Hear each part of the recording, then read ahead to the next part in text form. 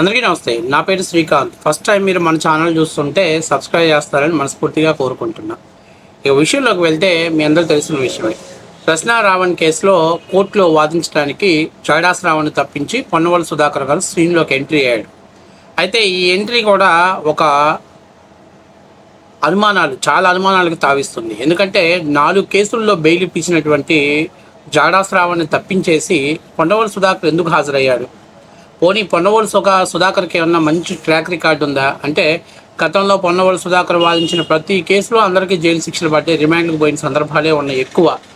కాకపోతే కాస్తో కూస్తో జాడాస్ రావణ్ ఈ కేసులో 4 కేసుల్లో బెయిల్ ఇప్పించగలిగాడు. అంటే ఒక రకంగా ఆ 4 కేసులు కేవలం వ్యక్తిగతమైనటువంటి ఆరోపణ చేశారనేటువంటి దాని మీద మాత్రమే కేసులు పెట్టడం జరిగింది. అయితే ఈ 5వ కేసు అనేది ఉపా చట్టం కింద చాలా అతను గతం నుంచి కూడా హిందువుల మీద వ్యతిరేకతగా మాట్లాడుతున్నటువంటి వీడియోస్ అన్నింటిని కూడా కోర్టుకు సబ్మిట్ చేసినప్పుడు కోర్టు వాటిని నమ్మి అతనికి రిమాండ్ విధించడం జరిగింది. అయితే రిమాండ్ విధించిన దాంట్లో కోర్టు విధించిన తర్వాత అతని ఇన్వెస్టిగేషన్లో చాలా విస్తుపోయేటువంటి నిజాలు బయటపెట్టారు.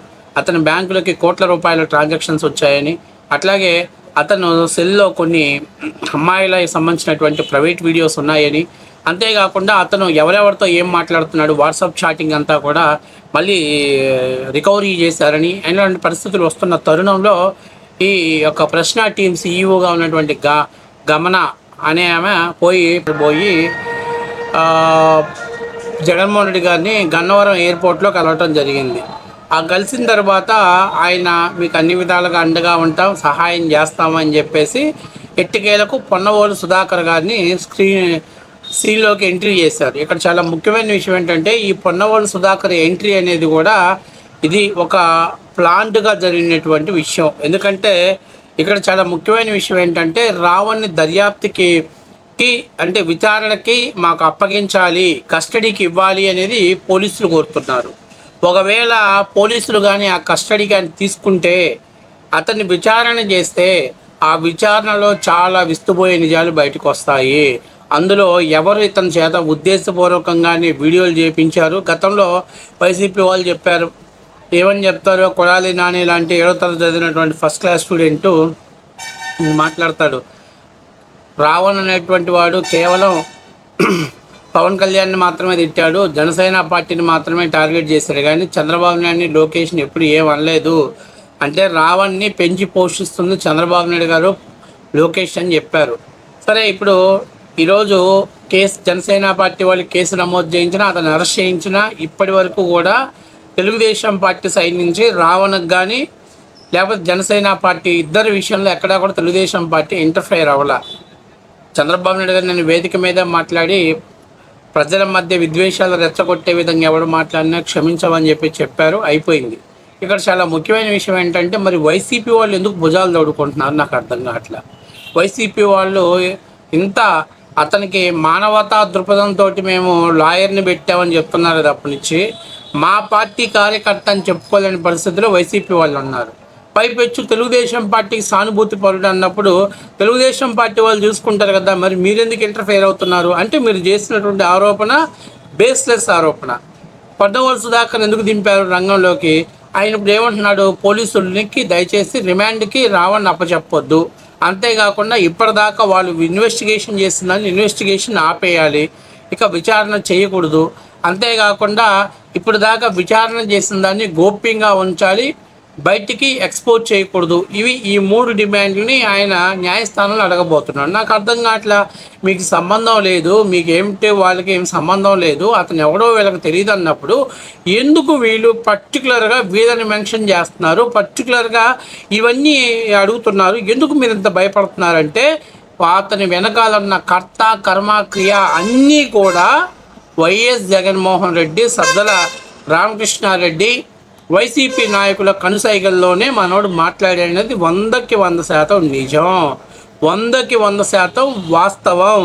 కేవలం విద్వేషాలను రెచ్చగొట్టి ఒక మతాన్ని రెచ్చగొట్టి వాళ్ళ ఓట్లని కొల్లగొట్టడం కోసం కావాలని అతన్ని రెచ్చగొట్టేసి అతని చేత బూతులు మాట్లాడించి ప్రశ్నిస్తున్నానని చెప్పి వ్యక్తిగత హరణానికి పాల్పడటంలో కీలక పాత్ర పోషించింది వైసీపీ వాళ్ళు. ఇప్పుడు వీళ్ళు రిమాండ్కు తీసుకొని విచారణ చేస్తే రిమాండ్కి కానీ ఒకవేళ అప్పచెప్తే అతని మీద బలప్రయోగం జరిగి అతను వాస్తవాన్ని అంటే తట్టుకోలేక నిజాలు చెప్తే ఖచ్చితంగా 100% ఆ మొత్తం కర్త కర్మ క్రియ జగన్మోహన్ రెడ్డి అలాగే సజ్జలు అవుతారు. కాబట్టి ఇది ప్లాన్డ్గా కావాలని ఆ గమన అనే అమ్మాయిని అక్కడ ఎయిర్పోర్ట్ దగ్గర తీసుకురావటం, ఆ అమ్మాయి జగన్మోహన్ రెడ్డిని కలవటం, జగన్మోహన్ రెడ్డి హామీ ఇవ్వటం, జగన్మోహన్ రెడ్డి హామీ ఇచ్చాడు కాబట్టి పొన్నవాళ్ళ సుధాకర్ సీన్లోకి ఎంట్రీ అయ్యాడని చెప్పి ఎంట్రీ చేయటం, ఇవన్నీ కూడా ఒక ప్లాన్డ్గా చేసినటువంటి ఒక స్క్రిప్టు అంతే.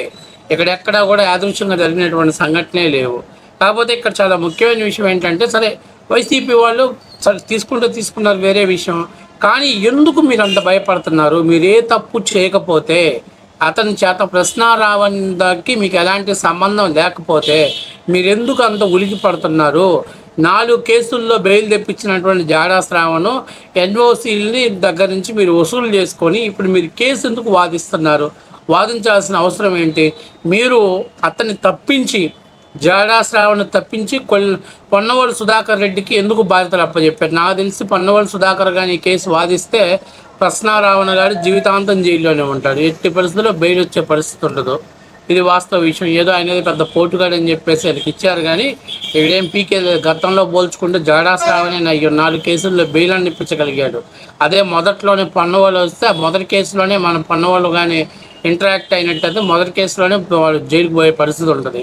సరే, ఏది ఏమైనా మొత్తం మీద ఇప్పుడున్న పరిస్థితుల్లో వైసీపీ ఎందుకు భయపడుతుంది? ఒకవేళ వైసీపీ ఆ డేటా కానీ ఎంక్వైరీ చేస్తే ఆ డేటాలో వైసీపీ పార్టీకి సంబంధించిన నేతలు ఉన్నారు అనేటువంటిది లెక్క బొక్కలు బయటపడతాయినా, లేకపోతే వైసీపీ దాడిస్తూ కావాలని విద్వేషాలను రెచ్చగొట్టేసి రాజకీయ లబ్ధి పొందాలనేది వైసీపీ చేసిన ప్లాన్ అని ఒకవేళ రావణ్ ఒప్పుకుంటే, పోలీసుల కస్టడీలో ఒప్పుకుంటే అది యావత్ వైసీపీ పార్టీకి భయంకరమైన పెనుముప్పుగా మారిద్దని.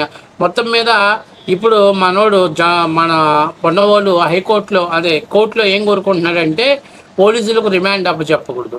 అంతేకాకుండా అతని మీద ఇప్పుడు దాకా చేసిన విచారణ ఆపేసి విచారణని కొనసాగించకుండా ఇప్పటిదాకా సేకరించిన సమాచారాన్ని గోప్యంగా ఉంచాలి అని కోర్టులో అడగబోతున్నాడు. ఇది అసలు జరిగే పనేనా? ఇది అసలు జరుగుతుందంటే ఇది 100% జరగదు. ఎందుకంటే మొన్న జాడా శ్రావణ్ ఒక కేసు వేసాడు. ఆల్రెడీ కోర్టు తీర్పు ఇచ్చి అతను జైల్లో ఉంటే అతన్ని కోర్టు ముందు పొందపరచనని హెబియస్ కార్పస్ రిట్ వేశాడు. అంటే జాడా శ్రావణ్ అంత తెలివి కల్లోడో అంతకంటే డబల్ తెలివి కల్లోడు మా పొన్నవాళ్ళ సుధాకర్ జీవితంలో బోరుగడ్డ అనిలు, అట్లాగే మా రాజాగాడు, మా రాజా తెలుసుగా, రాజాగాడు, వీళ్ళందరూ పోసాని కృష్ణమురళి లాంటి వాళ్ళు, లేకపోతే ఇంకా చాలామంది ఆయన బెయిల్ ఇప్పిస్తారని ఆశ పెట్టుకొని జైలుకి వెళ్ళి జీవితాలు సంకనాగించుకున్న వాళ్ళు ఉన్నారు. కాకపోతే మరి అసలు ఎందుకు జగన్మోహన్ రెడ్డి అంత విశ్వాసం చూపిస్తున్నాడో, ఎందుకు ఇక్కడ అతను దింపుతున్నాడు, ఈ కేసులో ఉన్న మిస్టరీ ఏంటో, ఈ కేసు వెనకాల ఉన్నటువంటి డీప్ సమాచారం బయటకు వస్తే వైసీపీ కూసాలు కదిలిపోయే ప్రమాదం ఉంది. కాబట్టి రావణ్ణి రక్షించుకోవటం కోసం, కేసును సుదీర్ఘంగా సాగదీయటం కోసం అని చెప్పి పొన్నవాళ్ళని ఫీల్డ్లో దింపారనేది వాస్తవ విషయం.